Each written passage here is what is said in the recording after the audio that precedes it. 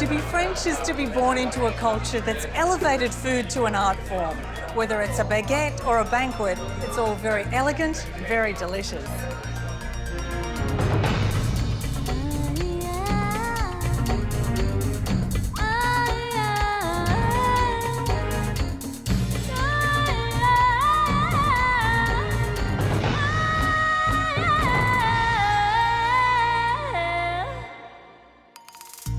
On this safari, we savour the lusciousness of French cheeses and a beautiful soufflé, a guide to charcuterie, the best steak and chips on the planet, and classic crepe Suzette.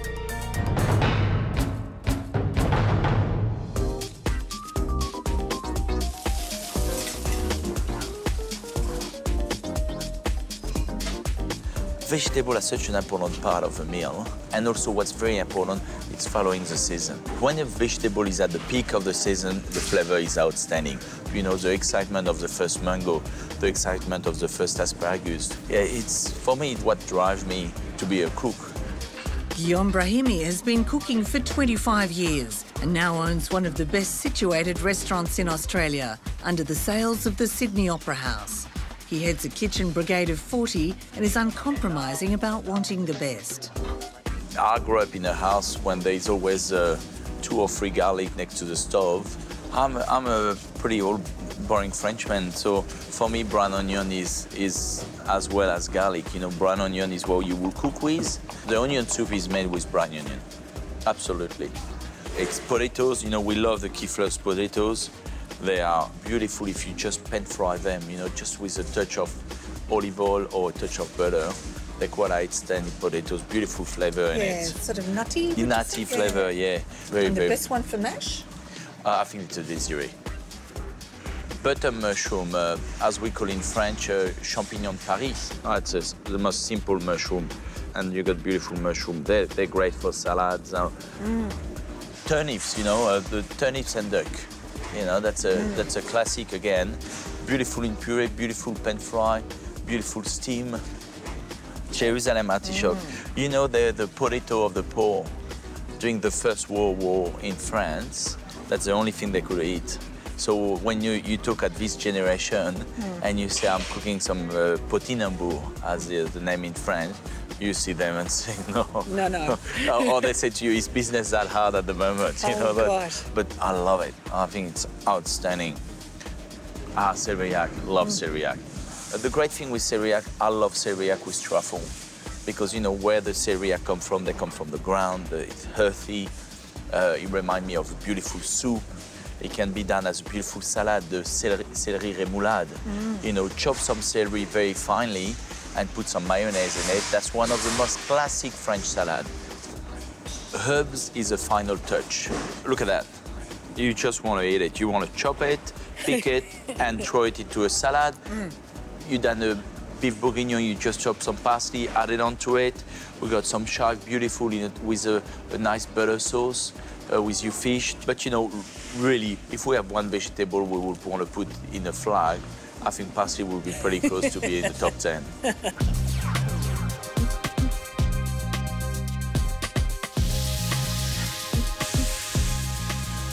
Acclaimed chef Philippe Mouchel revels in the produce of different seasons. And for him, the lovely earthiness of celeriac is the best part of winter. Pureed with butter and served with grated truffle. It's the perfect accompaniment to one of his signature dishes, lamb navarin from his home in Normandy. So we're going to seal the meat. And what you want is to seal it, to have a nice crust, to keep all the juices inside. So for this dish, we use shoulder. You can use leg, but shoulder is better because a little bit more of fat on it. So remove the meat and then put the vegetables. A little bit of butter. What we call the mirepoix of carrot and onion.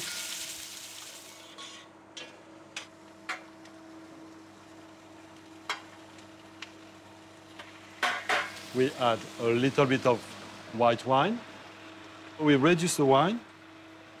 We add the tomato.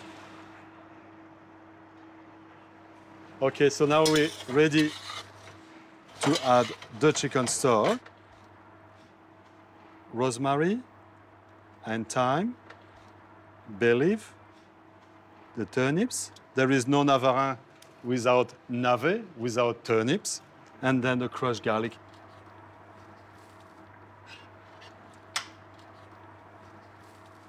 This is what we call a fleur de sel. It's a Guernsey salt from Brittany. And pepper, celeriac black pepper from Indonesia. And then now we cover the coconut. We put it in the oven. Okay, and how long does it take? It will take about an hour and a half, slowly, slowly. So we have pickling onion as well. We cook them with a bit of butter, sugar, to help the caramelization of the onion, and a little bit of salt. And then we go on the stove and cook them very slowly. So we add a little bit of stock to the onion.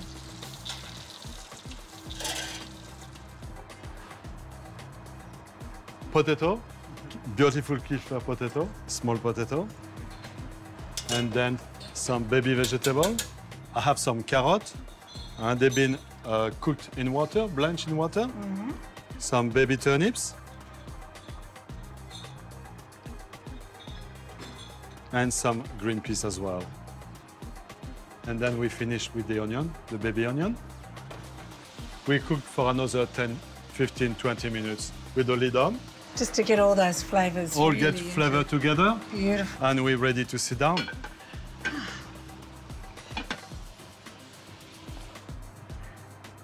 Some vegetable and a lot of sauce. With the celeriac and the truffle. Voila. That is beautiful. I'm happy. I'm happy too. Good.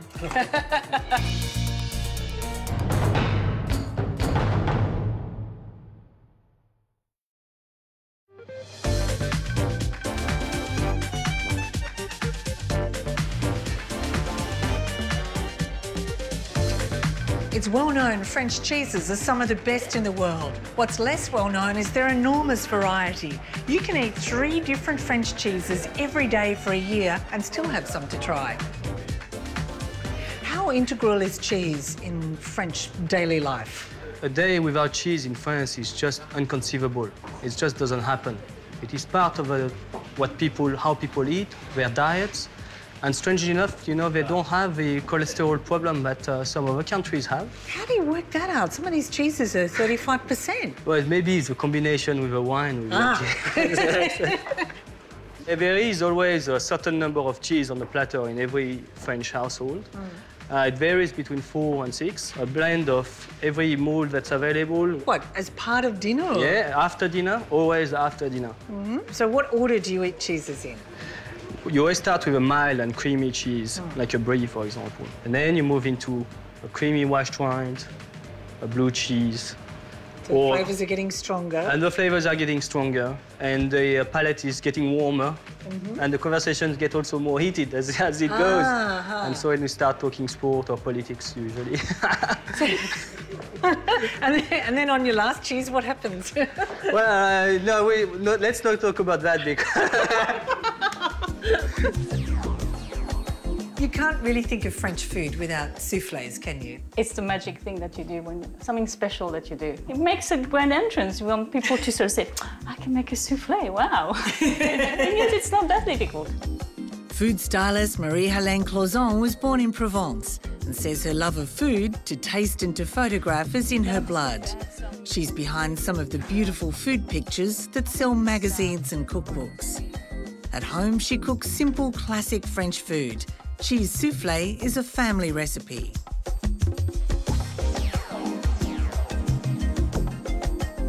All right, so I'm going to make a roux, first of all. Pour some butter. Just going to wait till it bubbles a little bit, and then I'm going to add 4 tablespoons of flour, plain flour. And this is one of the basics of French cooking, isn't it? Making Very much so, yeah. So that's about right. Now I'm just going to add some milk. Whoa! Just going to grab the whisk there. So that's going to take about 5 minutes to thicken. I'm just going to add a little bit of salt to this. And wrist action. nutmeg, just a little bit. So now I need to add the cheese to that. And what taste did you look for? Something a bit sharp. Oh, look at that. Nice like- and stringy. Oh. So to this I need to add eggs, the yolks. We need 6 eggs, room temperature, important. Yeah. So I'm just mixing the whole thing really well. Yeah. So I did turn the oven on before because... It's important. Yeah, because otherwise... because once you have mixed the egg white with this, it has to go in the oven straight away. And we need to grease the soufflé dish. That's important, so that everything is ready then straight in the oven. So no wasting time, because otherwise the egg whites just go...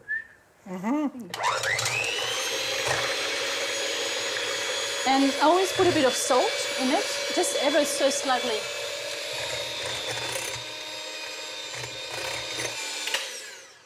So, yeah. But I always do put a bit of egg white in there first to sort of make that mixture a little bit sort of runnier.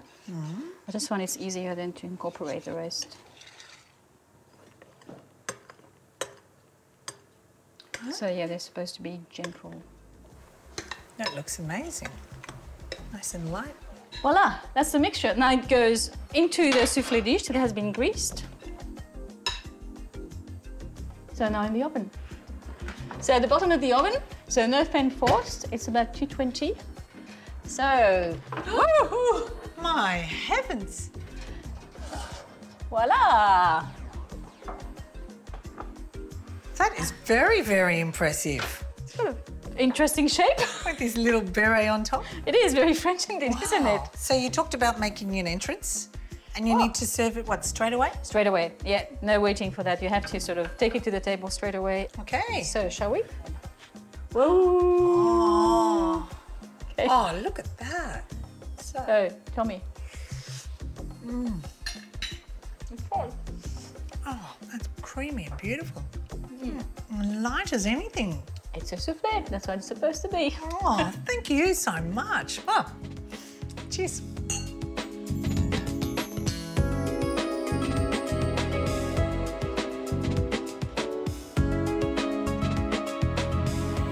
Along with visits to the butcher, baker and fromagerie, the charcuterie is an essential food stop. Charcuterie means cooked meat, and it was originally the way of preserving all parts of the pig.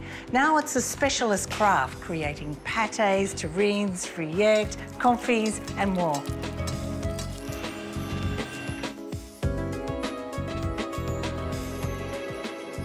Romeo Baudouin is one of a small and dwindling number of professional charcuteriers whose craft is to salt, smoke, cure and preserve meat. He trained as a chef before taking on the challenging but deliciously rewarding specialist craft. Romeo, tell me about how charcuterie fits into French cuisine. Almost like every day. Snack, entree. When you get people coming over at home, you get always something, a bit of rillettes, pâtés, saucisson, you know, put a couple of sausages on a barbecue.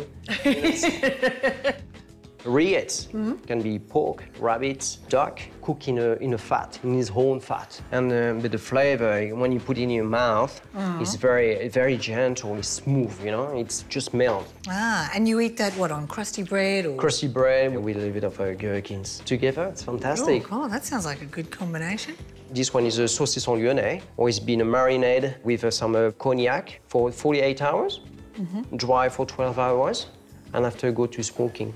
Wow, it's very labour-intensive, isn't it? Yes, very long work. All these products take a couple of days to make. The duck liver patty, so the richness of the duck himself, it's very strong. This is a duck legs. We cook it in a duck fat for 16 hours. And that's called confit. Confit, because it's been cooked in its own fat. Usually you pan-fry the skin, get the most of the flavor of it, so you get a very rich flavor, very rich. Sounds beautiful. And it's very, very tender, you know, it melts in your mouth. It's the same.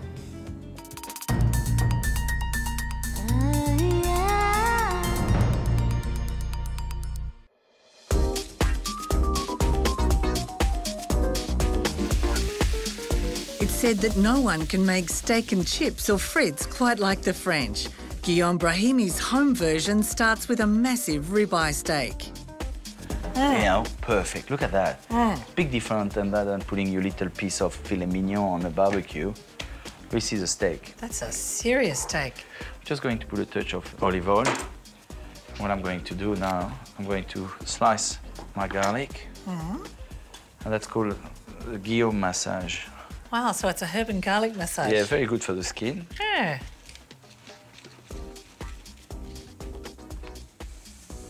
So all I want to do here is seal my meat, huh? So give me the golden rules of cooking steak. Take the meat out of the fridge. You want meat room temperature. You seal the meat and let it rest or put it in your oven after you cook it. How many times do you turn it? Once. Once. Look at that. Look at that. Oh, aha. Smell the beautiful flavor. And I think that's ready. You know, I just turn it again. Just have a look how it is there. Look at that. Perfect, huh? Perfect. Put it on the tray. Add the oven at 220. I'll see you in about 20 minutes. Those herbs smell great. Yeah. Okay, so what we need to do is the potatoes. Pomme parisienne. And these are Desiree potatoes? Yeah. In every bistro in Paris, you can see some pomme parisienne. So just boil it. You don't want to cook them, and you just want to give them the first hint. Again, a touch of olive oil, and I'm going to put a few shallots into it. It's very important the oil is hot. If you put the potatoes too early, they're going to stick and you're not going to get a nice color. Perfect. They look fantastic.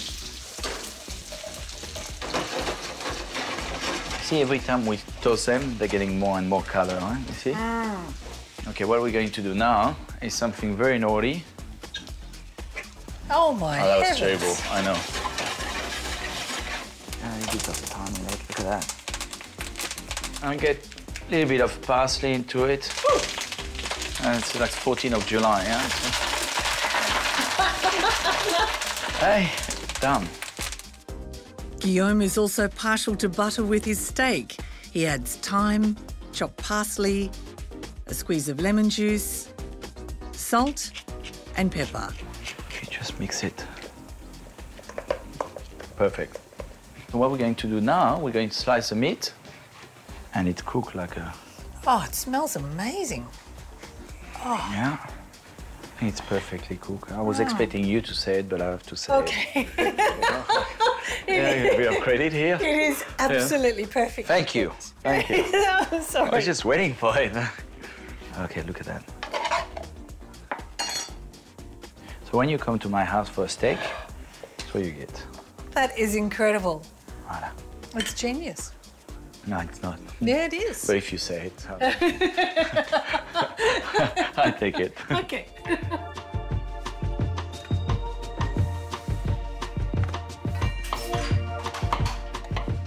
Behind the best French patisserie are teams of skilled artisans making scores of traditional recipes. In France, croissants stop baking at midday. Here, they go all through the afternoon. What makes a perfect croissant? I think the flakiness. The flakiness of it and the a little bit chewy inside but very crispy on the outside, and you can see the layers like you get in Paris, you know, the 1, 2, 3 steps of the things. Oh, is that what you should look for? That's usually one, and you touch that already, it's crispy. Oh. And when you cut it, you get all this aeration made inside, all the turns and stuff, and that's what makes a croissant a bit nicer. You just dip it straight in a bowl of coffee if you're allowed to do that, I guess, or a bit of jam or a bit extra butter on it. There you go.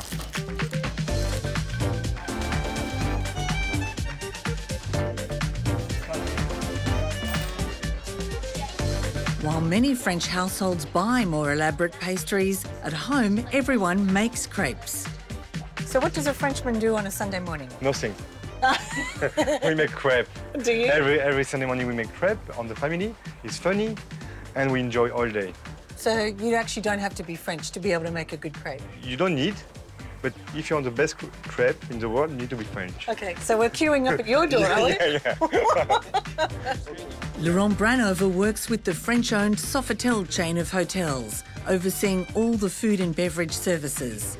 His palate honed by years working as a chef in top restaurants through France. He says the secret of a great crepe is good quality eggs.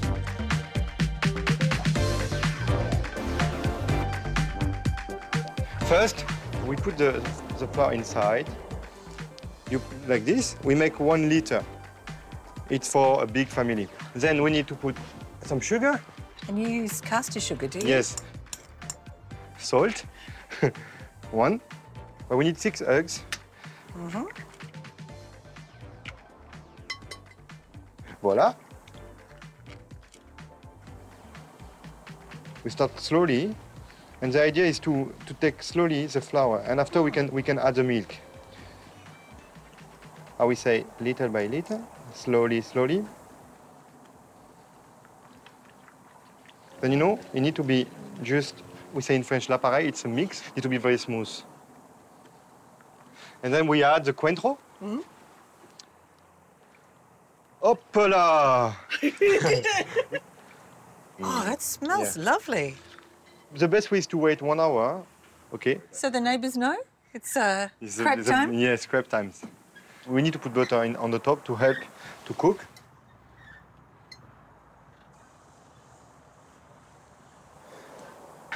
And you have the crepe. We wait until this one becomes a little bit crispy, yellow. This one is cooked. Then you can make like this, take like this.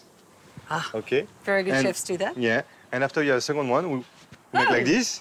Then this one before, and now. Oh! And when That's when very it's cooked, beautiful. we can put on the plate, like this. Okay, then what we need is to take the butter. The butter need to be not very cold. Then you use sugar.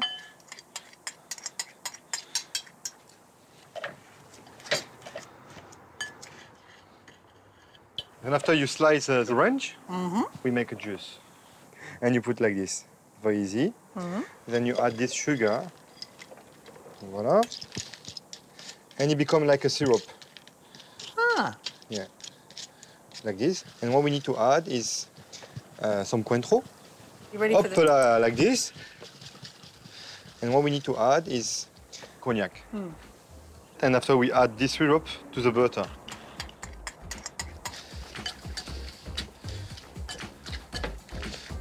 Et voilà. Now you have your butter, and you put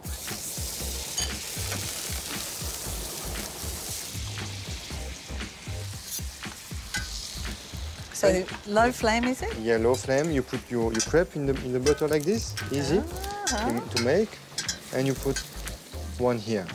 Then you take another one.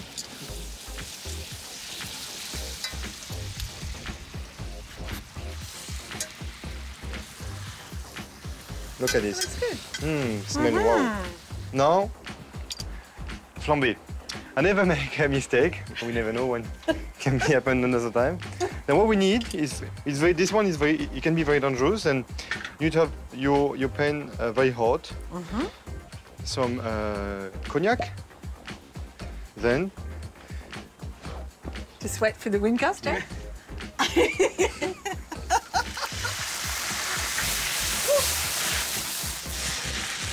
Et voilà. And you have your crêpe Suzette like this. Wow, that's most impressive. Look at that. Because your sugar become a caramel. Oh. Like this. Uh-huh. Voila. And we say bon appétit. The best in the world. On our next safari, the delicious spicy intensity of Indonesian food, all cooked with passion. OK. You want champagne? I'd never say no. Yeah. I'm glad my hair's still with me, actually. And that's the alarm. That's the sound of a good steak. Yeah.